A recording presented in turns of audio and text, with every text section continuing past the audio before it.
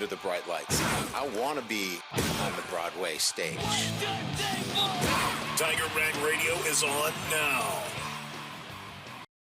This is Jeff Palermo, News and Sports Director of Louisiana Radio Network, along with the Executive Editor for Tiger Rag Magazine, Todd Horn, and the Editor, Glenn Gilbo. Once again, want to welcome our new affiliate to Tiger Rag Radio, 106.1 The Ticket in New Orleans. Great to be on live in New Orleans on Tuesday nights from 6 to 8 o'clock.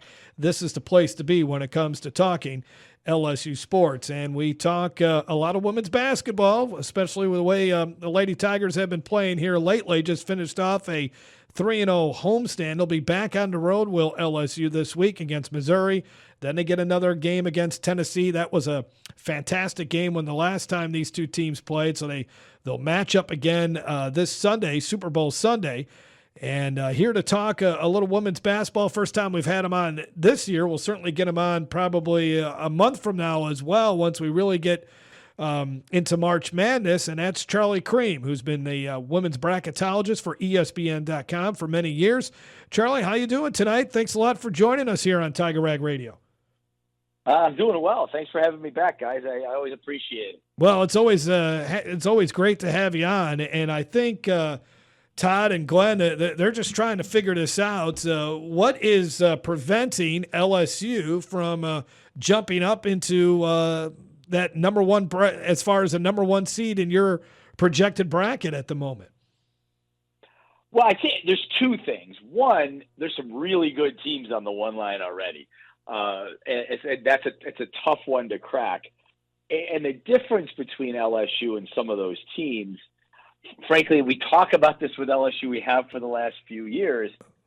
It's that schedule. Yep. It's the non-conference schedule that holds them back. If you compare their schedule to really any of the teams ahead of them, if you want to say, you got UCLA, South Carolina, Notre Dame, USC, Texas, and you could argue UConn, all of them have significantly better non-conference schedules than LSU had.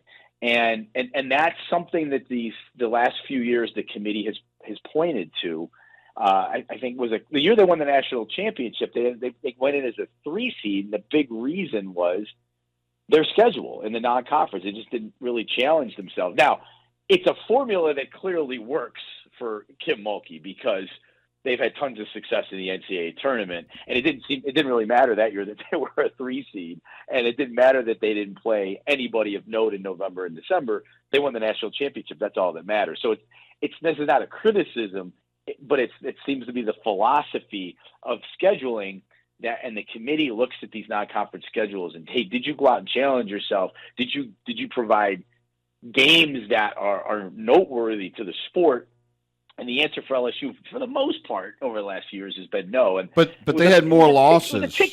They had more losses in those previous years. This year, they could well go into the NCAA tournament with just one loss. I understand what you're saying about the schedule, but how many other teams are going to have one loss or fewer when we get into March? I mean, if they only have one loss as we get into the tournament, you don't think they got a shot for a 1 seed? They have a shot, but I go back to it. Sure, Texas has 2 losses, but who are the 2 losses to? They're to South Carolina. Well, that's what LSU lost to. Two teams on the one, but 2 teams on the one line. Yeah, and they challenge themselves and have much better wins in the non-conference That's true. than LSU had. But the that's the difference. But what the question would be, like, if Texas and LSU are going to play each other, so if LSU beats Texas head to head, that takes care of it. Yeah, absolutely, that takes care of it. I'm a big proponent in what if you're putting the 2 teams on the floor, what they do against each other, and I don't care when the game was, and to some degree, I don't even care where the game was. If they played, then you have that's why we play these games, right? To decide who's better, a winner and a loser. So that takes care of it with Texas and LSU. But Texas isn't even on the one line in my mind either. It's 4 other teams that have just challenged themselves and have bigger, better wins than LSU. That's another thing, too, that I think we get hung up on losses a lot, but clearly talking to committee members over the last few years, they value big wins, quality wins, more than they view losses or so that committee would have let Alabama in the football playoffs. Is that what you're saying? Perhaps, yeah. Maybe. Well, you might need to work with that committee some. Charlie, who are the four? UCLA, obviously South Carolina. Who else? Notre Dame, and USC. Yeah. So even though USC lost to Iowa State this past weekend, that's what I said. Iowa. Yeah. Well, but again, look at what USC also has a win over. They want to have a win at UConn. LSU doesn't have a win like that. No. Notre Dame has beaten Texas, and they've beaten USC. LSU doesn't have a win like that. South Carolina and UCLA have basically run through everybody else in the country, other than when they played each other. So that's where I'm thinking. I'm not saying necessarily that I don't think LSU may deserve or look like a number one seed, but I'm saying that the way the committee has, they always give you clues every year, whether it's leading up to the selections or when they make the selections, is the kind of what they look at, and they definitely look at big wins more than they look at losses as a negative. That's been pretty consistent over the last bunch of years. Hi, I'm Mike Munderland, and we're here to smash the capital city's trash. Smash My Trash is a revolutionary compactor for large dumpsters, sometimes reducing the volume of waste by up to 70%. This means fewer hauls per month and big savings for your business. Fewer hauls and compacted waste will also result in a positive impact on our community and our environment by taking up less space in our local landfill sites. Schedule your company's free demo today. Call 225-497-0101. You said that it works for Kim Mulkey the way she does her pre-SEC schedule, and she. Was it you that said LSU was an enigma a couple of weeks ago? That fired her up, by the way, Charlie. Oh, it did. Well, they are. She agreed, though. She agreed. She kind of agreed. They are in November and December. We go into January, and every year I shrug my shoulders. I really don't know what they are, because not only will they. Well, here's a reason why for this particular team. They didn't challenge themselves much in the non-conference. No. And then in a couple games that they did, now the NC State win's pretty impressive, and it looks even better now. But the Stanford game, they toyed around with a pretty, you want to say bad Stanford team for way too long. And that's one of their quote-unquote better wins in the non-conference. And that game was way closer than it should have been. So now you head into January and going into SEC play. I'm thinking, I still really don't know what this team is. They always seem they crank it up when they start that conference play, and they've been obviously very good. But there's also the point of how this team seems to play, and I feel like in every game they play to the level of their competition for 30 minutes, and then they rev it up. Now, that is a sign of a very talented, good team, and a team that knows how to play when it really matters. But I watch and I wonder, why are we only why is it a 3-point game with 10 minutes left against a middle of the road SEC team? Sometimes I don't get it. And that's why I call them Enigma, I guess. Joining the Army is more than a chance to serve your country. It's also a great career move. All my personal experience, I've been able to build upon that so that I could achieve construction management and training, go for project manager planner. So when I get out of the military, I'm able to pursue a career in construction management. Get the experience you need through service in the United States Army. Charlie, what do you think of their big three? I mean, with Flau'jae Johnson, Aneesah, Morrow, and Mikaylah Williams. I mean, if it was a 3-on-3 tournament, right? Oh, man. Put them in unrivaled right now, and I bet you they'd win a few games. Yeah, right. Okay. I mean, their top three could possibly be better than what South Carolina's top three has or UCLA's top three has. But what about 4, 5, 6, and 7, and 8? Is there a drop off between what LSU has compared to those 4 teams that you have on your number one line? I think if you're going down like player by player on a roster, I think you could say that there's a drop off, but it doesn't. But they've got players outside of their big three that are certainly talented, and will have their moments. Yeah. Kalen Gilbert won them a game or two, right? Yes. In playing in the clutch.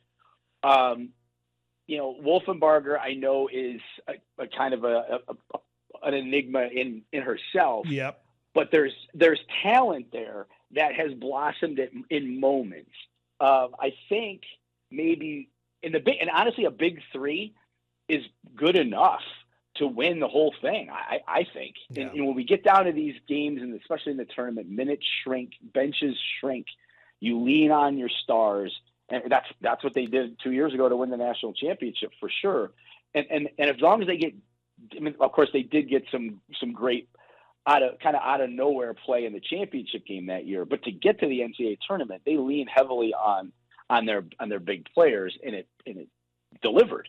I don't see any reason why that could not be the case again this year. I do worry a little bit about maybe some inconsistent point guard play. Yeah. I mean, Cheyenne Day Wilson's a nice player, but she's been a little up and down. She's been, hasn't been in the lineup every game either. But it's more the consistency factor when she's out there. She has a knack for making big shots. She also, can turn the ball over at the wrong time. Not necessarily volume of turnovers, but maybe at the wrong time. So I worry a little bit about that. And I'm really nitpicking here because we're talking about the elite teams in the country. But when we're talking also about Elite Eight type games, Final Four type games, what are the differences going to be between LSU and whoever that high level opponent will be? Those are some of the things you start to look at and say, do they have the requisite point guard play, even though they have these three great players, to get over the hump and beat the best of the best? Let me ask you this. If LSU was undefeated right now and their win would be over and they would have a quality win over South Carolina, obviously, in your mind and in the committee's mind, would they be a lock for a number one seed or still kind of be in the mix? They'd certainly be a one right now. If they beat South Carolina, they would certainly be a one right now. No question about it.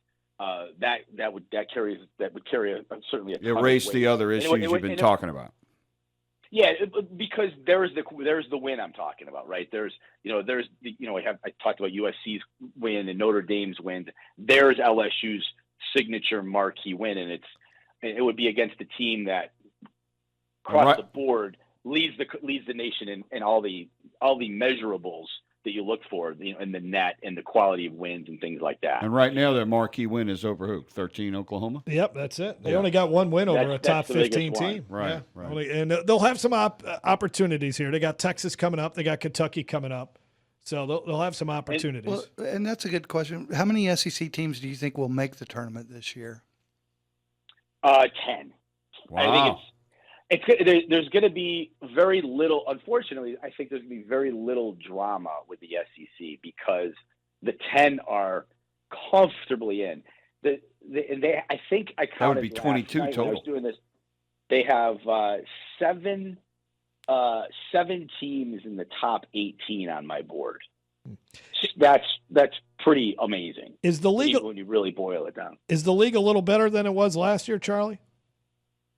Oh, I think for certain. Yeah, because you got Texas in there and Oklahoma now. Yeah, really. Yeah, Texas. But it's more than that even. I mean, Kentucky's a whole different program now. Right. Tennessee is a different program now. Vanderbilt's a better program now. Alabama now has reached a level of consistency. Ole Miss has been on the rise, but Ole Miss is better. So the league is stacked at the top and in the middle, but the cutoff is very distinct after Mississippi State as to who's going to get into the field. Charlie, good stuff. Always love talking with you about it. Should be interesting to see. Looking forward to seeing LSU play some pretty good competition in February, and we'll chat again here in the next few weeks.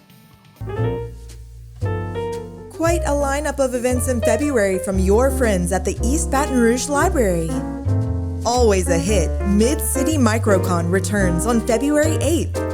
Grab your bestie on February 14th for Movies on the Plaza, Galentine's Edition.